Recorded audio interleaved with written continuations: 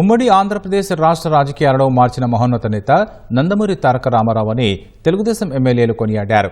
పల్నాడు జిల్లా నెమలికలలో ఎన్టీఆర్ విగ్రహాన్ని నేతలు ఆవిష్కరించారు.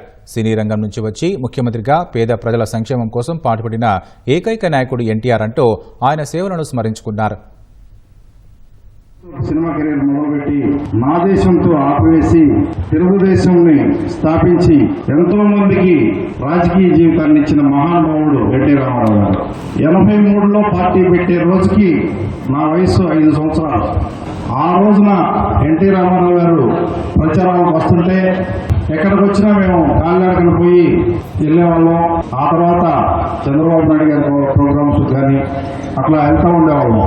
గుడివాడ అంటే ఎన్టీ రామారావు గారి పేరు గుర్తు రావాలి కానీ పనికి మళ్ళీ ఇంకేదో గడ్డ అంటారు, ఏదో అంటారు, ఇదంటారు, వాళ్ళ పేరు మనం మర్చిపోదామని చెప్పేసి దయచేసి మీకు చెప్తా ఉన్నాను.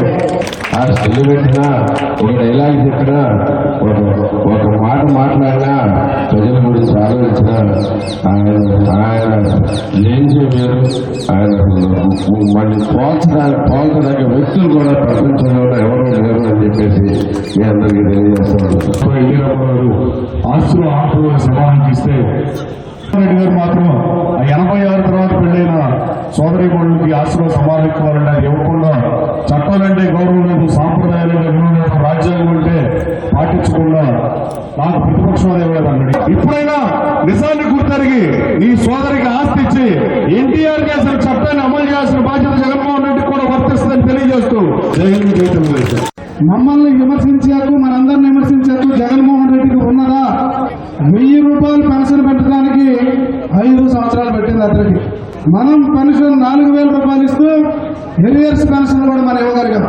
గ్యారంటీలు ఇచ్చి ప్రజల దగ్గరికి వచ్చామో వాటన్నిటిని కూడా త్వరలోనే ప్రారంభించబోయే పొజిషన్లో ఉన్నాం. ఏదైతే పోలవరం నష్టపోయామో దాన్ని కూడా త్వరలోనే కంప్లీట్ చేయడానికి సిద్ధంగా ఉన్నాం. మన రాజధాని శ్రీ నారా చంద్రబాబు గారి నాయకత్వం